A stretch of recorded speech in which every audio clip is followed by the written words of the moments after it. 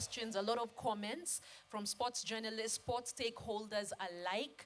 And as we prepare for the second 45, if you will, we will start things off with a bit of a refresher course. We will be testing your football knowledge. Let me call on to stage Mr. Kevin Mukuje, who is the commercial director at Tisini, and he will be taking us through a small quiz that Tisini will be conducting. It's refreshing, it's fun, it's just to get your knowledge on the game. Kevin, over to you. Asante sana, Aida. How are you guys doing? Maybe just to lighten up the mood a bit. I know guys are tired of that talking to you guys. Find it's very exciting. But as Tisini, we also have, this is like a baby of Tisini.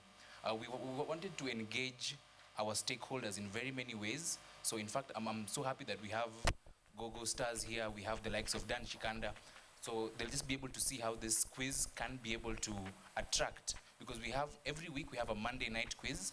So we have eyeballs of like 200, 300 people who this can boost your Woodley matches games, your Jamhuri, and I can say tutakuja 300 people kuona game ya AFC just by this quiz. So maybe just to take you through the mechanics, I want you guys to just pull out your handsets, if you may. If you don't have the Wi-Fi, I hope you have the Wi-Fi. I hope you unpack in guest. Once you unpack in guest, you can just click on conference attendee. Once you do that, the code is stay safe. And then once if you're already connected, I'd just like you to go to your browser and type in myquiz.org. So basically this quiz, it's very time stipulated. Every question needs to be answered within like 10 seconds. So if I ask you, if we see a question being asked, you have a limited time to answer your questions. So to be the winner, you need to be the fastest response, but the fastest correct response. I have 1,000 bob airtime for the lucky winner, and I want 2 lucky winners today.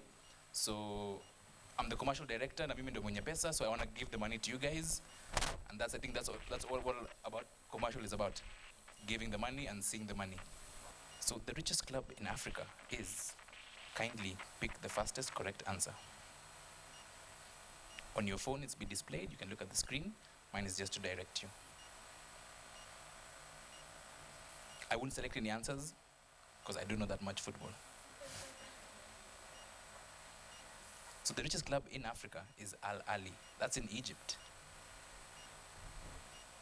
For every correct answer, you get 10 points. I can see Gabu. Gabu is leading.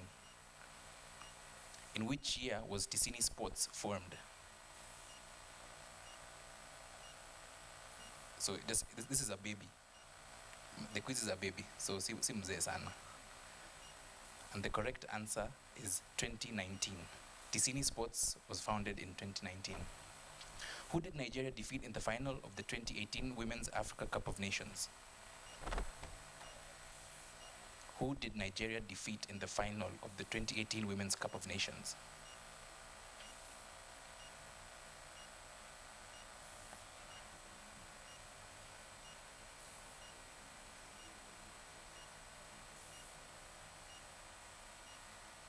Tech giants Intel. Mnalilia corporates, but let's see how well you know your corporates. Tech giants Intel have sponsored a club. Which one is it? That's the next question. And the answer is Barcelona. Which South American nation has won the Copa America the most times?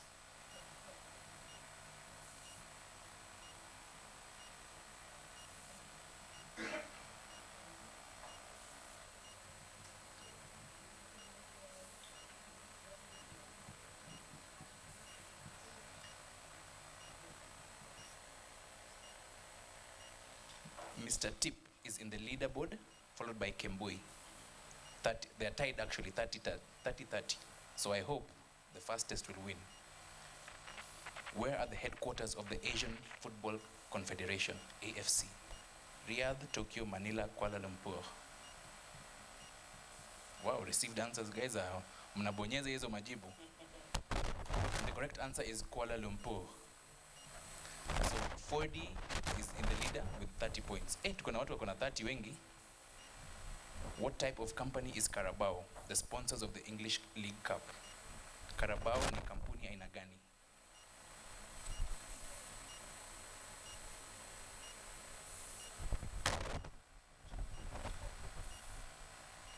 Kama umeguess energy drink umepata. Kama umeguess energy drink umepata.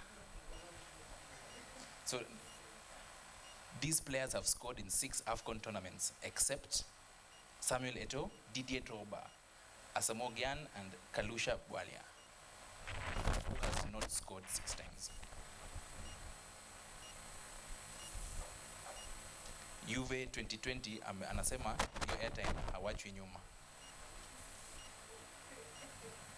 Which Ghanaian did Brazil legend Pele wrongly predict as being the heir to his throne? Five, 4, 3, 2, 1.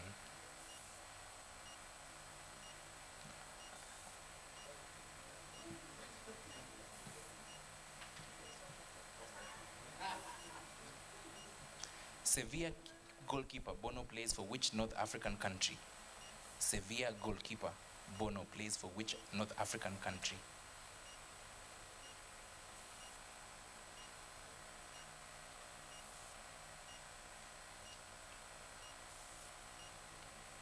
The answer is Morocco. Kama umeguess Morocco, umepata. So tuko na Juve 2020, amepita mbele yao. He's at 60 points. And see number 2 is coming in at 50.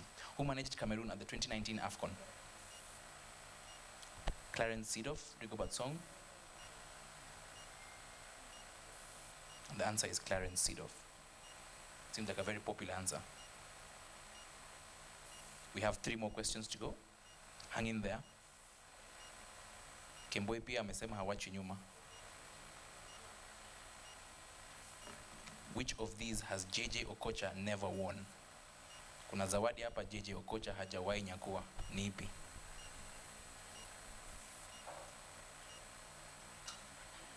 That is the CAF African Footballer of the Year, hajawahi shinda hiyo. Apart from TP Mazembe, which other African club has reached the final of the FIFA Cup World Cup?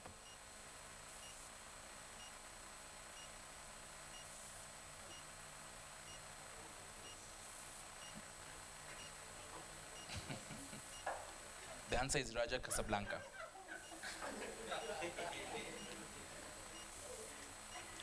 This is the last question. In August 1992, who was the first African to ever score in the English Premier League? We need to know our content. Africa is us. We are African.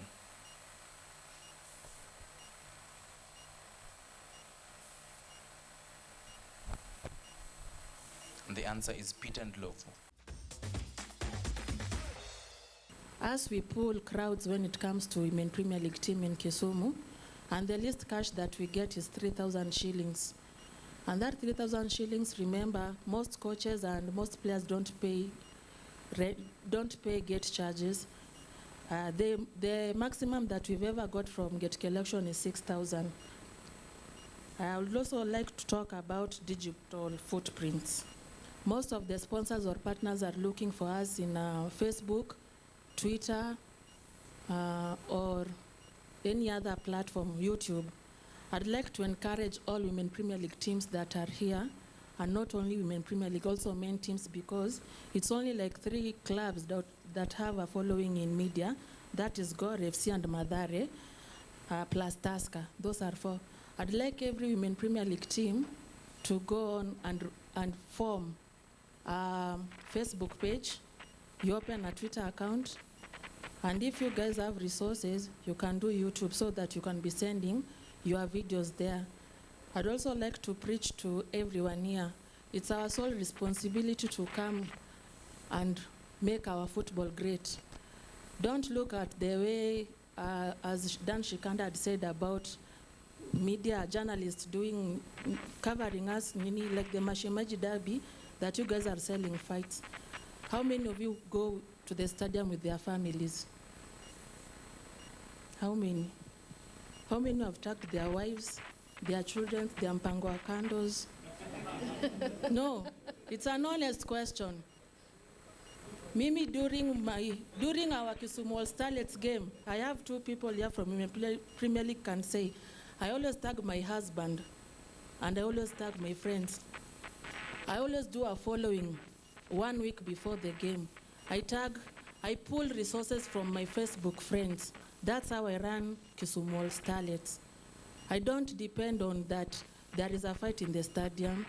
I can also go to Mashemeji Derby with a kid because I know the disadvantages and the advantages of going to the field. I'd also like to give a round of applause to Kefwa because like us in Women Premier League, when we play, at the end of the season, as we don't have, it's called what? We don't have prize money. But last year, Situma gave our top scorer from Viga Queens a token. That is something that has never happened in Women Premier League. And I'd like to challenge all of us, even if you're supporting men's football, kindly cross over to Women Premier League. We also have like the best player in match day. We have number 1, number 2, number 3 also need those prizes. We have top scorers, number 1, 2, 3. As at all, we don't have those things in Women Premier League. I'd like all of us to help us speak in one voice so that we can manage the Women Premier League the way KPL is managed. Thank you. A round of applause, please, to Beryl Okech, Kisumu All-Stars team manager. Another round of applause. Ya uzito. Because I think, where we talk about problems, challenges, these are the sorts of solutions-oriented people that we need more of within our football ecosystem. Once again, we will be fielding questions after. I would like us to move on to the next part of our session. Beryl Okech there. Another round of applause, please, to Mr. James Situma for his contribution, as Beryl has put there, towards, in whatever level, towards the development of women's football in Kenya. The women's football was being played in a zonal format just because of some of the economic challenges that the league goes through. What can we do to better that? 2016 was a brilliant year for women's football in Kenya. I think it was the best maybe we've had in a while.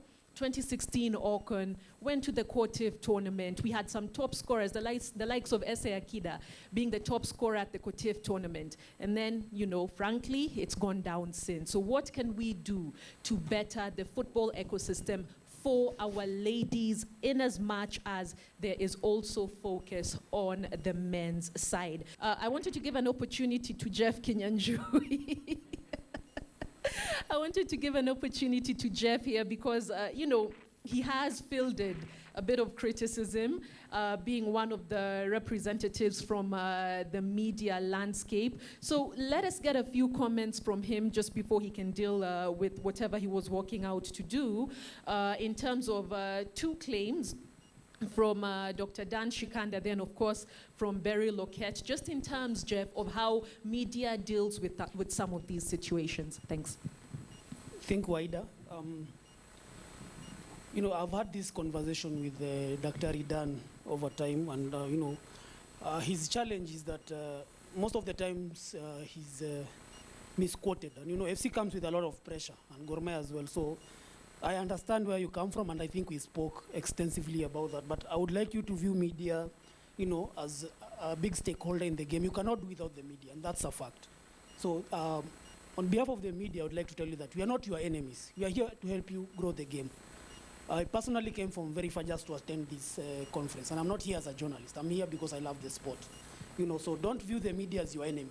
So when you say that you'll never speak to the media, that is something that you cannot do. You are the chairman of the club, so we have to call you every time. I don't intend to call, Stano or someone else to confirm things concerning your club. So the media is not your enemy, but a strong partner that can help your club grow. And I love what you are doing with the FC. You mentioned that since 1964, the only assets that the club have is only 2 buses. But I have questions for you again, sir. So one, in regards to player trading, you say that is one of the things that you are looking to raise funds from. And that's an aspect that most Kenyan clubs have not exploited. And it's a big thing in modern football. So I would like you to clarify, since we now have this chance, what happened with Duncan Otieno's transfer move to... no, it's not. I think Jeff Kinyanjui, the journalist, is now with us. No. But Jeff, while we love the candor and the conversation going on between yourself and Dr. Shikanda there, unfortunately, you might have to leave that question until the end of the summit today. It's just in the next bit. We will have 2 more sessions. I will give you a minute, Jeff, for purposes of time, to respond to Beryl. Yeah, Beryl mentioned that most journalists don't cover Women Premier League as much as we cover KPL and the National Super League. But of course, again, like she rightfully mentioned, these fixtures change, within minutes. And I've worked with Patrick Korir over years. He will tell you we have a big challenge with covering that specific match. I remember last season I actually went to Maisa, where there was a game that was scheduled to be played there, only to be told that it is being played in another venue, Ruaraka. So those logistics need to be sorted. But we have journalists who specifically cover the Women Premier League, and they do that very well. For instance, at Nation Media Group, we have Anne Lokederu, who is a master in that aspect. So it's not that we've ignored Women Premier League. We love the game, and we love especially what is happening around some of our players at Harambee Starlets. They are moving to big clubs, and that now gives us even a big opportunity to cover what they are doing abroad. So we've not really neglected the women game, but if things could be done better, I think the coverage will be much better. I was actually talking to some of the ladies outside there. We need to move away from this conversation that we are depending on donations to run clubs, even at Women Premier League level. So what can they do to make their clubs viable? So that's the discussion we need to be, to look at going forward. And it's a pity that Beryl says now she depends on, a group of several friends on WhatsApp to donate something small during matches. And I run a club as well, South All-Stars, and I know how difficult it is, to even honor just one away match where you get to spend over 50K or 30K. For instance, last year, we were supposed to play in Nanyuki, and majorly we depend on a CDF bus, Makadara CDF bus. And on the eve of the game, Mheshimiwa Jago was an unreachable. So where do I get, as a journalist, and the challenges we have, where do I get 50,000 to sponsor a team to travel to Nanyuki? Where do I get the money to at least have these players get something when they come back, or at least just lunch? So it's a big challenge, not affecting just the Women Premier League, even the lower tier clubs. So it's not really just a challenge on WPL. We keep forgetting that apart from Kenyan Premier League and the National Super League, we have other leagues. We have the Division 2, we have the Division 1, we have the regional leagues, and the challenges are, across board. So we need to have that discussion and see what can happen around the game. All right, Jeff Kinyanjui there, sports journalist with Nation Media Group. We call it right of reply in our field. I had to give him that one. Let's move on with the program, ladies and gentlemen. Allow me to welcome onto stage Mr. Johnson Nderi. Now, he is an investment banker with ABC Capital Limited with well over a decade's worth of experience. Mr. Nderi's presentation, part of his presentation, had been covered earlier in some of the other presentations, so no need to go through all of that again in terms of repetition. I will give him, allow me to give you 5 minutes, Mr. Nderi, just to go through some of the other elements that had not been touched on. Thank you very much for the kind introduction. Thank you, Tisini, for organizing this. I think this is a forum that was that needed to happen, just to exchange ideas, and I think we needed to do this to push the sports forward. Now, I'm coming from not just as an investment banker. I also try to help Mwamba RFC, and the reason I joined Mwamba RFC was pretty much the same thing. They're just trying to figure out how they can move away from handouts to having a sustainable business model that will allow them to, establish themselves as a force. Now, Mwamba is one of the oldest rugby teams in the country. Same challenge with AFC, I guess. Pretty much don't own much. They've tried to develop a few revenue lines. And the interesting thing is that the rugby, shall I say, rugby industry is a little bit more, thinks a bit differently. As a brand, it's sort of, I don't want to say it's better established than football, but because the likes of AFC and Gore have really, really strong brands. In fact, I always tell guys that AFC and Gore are probably the strongest brands in the country. And I'm saying that even, I'm putting Safaricom in that bracket and all other established brands. And the reason is, if tomorrow AFC Leopards went financially bust, I can almost guarantee you 10 years from now you'll still be hearing about AFC Leopards. If Safaricom tomorrow went bust, that'll be the end of it. That's how powerful those brands are. And I think there's something there to talk about. What can we, how can the corporate sector, or at least the capital markets, if you will, or the financial markets, support sports in Kenya? And this, I think one of the sectors that we struggle to fund in this country is agriculture. Very risky business, very risky. I don't think sports is that risky. I think sports is stable. I think sports is stable because when I look at what has been done outside the country, the revenues that are generated by clubs are pretty consistent. You find the businesses, there's a bit of risk when companies, when clubs, can get relegated in football, for example. But I think they're pretty predictable. You can tell at the beginning of the season whether you can fund these guys or not. But what do investors look for when you're talking about funding something? Really, at the end of the day, it's value for value. As an investor, as an entrepreneur, what you'll be selling to your sponsors, what you'll be selling, actually to sponsors, really, you're moving away from a point of view of calling the sponsor, you're calling them a client now. Because as a client, you're telling them, look, if we put your brand on our shirt, what happens is you'll get X amount of eyeballs looking at you because we've got so much following in social media, we've got so much following on match day, we've got so much following on other fora. So the idea is to make sure that you draw as much eyeballs as possible. On that basis, then you can build your revenue streams. And those revenue streams are what then you can help secure you funding to expand your asset base. And then your asset base allows you to give more product offerings, and then it's a virtual circle after that. Fantastic. Allow me to interject. Maybe a minute more, Tafadhali, as you wrap up, for purposes of moving to the next session. Tafadhali. No, I think I'm done. Fantastic. All right, thank you so much, Mr. Nderi, an investment banker with ABC Capital Limited. As you heard, he's also an advisor to specific sports clubs and teams within the Kenyan ecosystem in sport.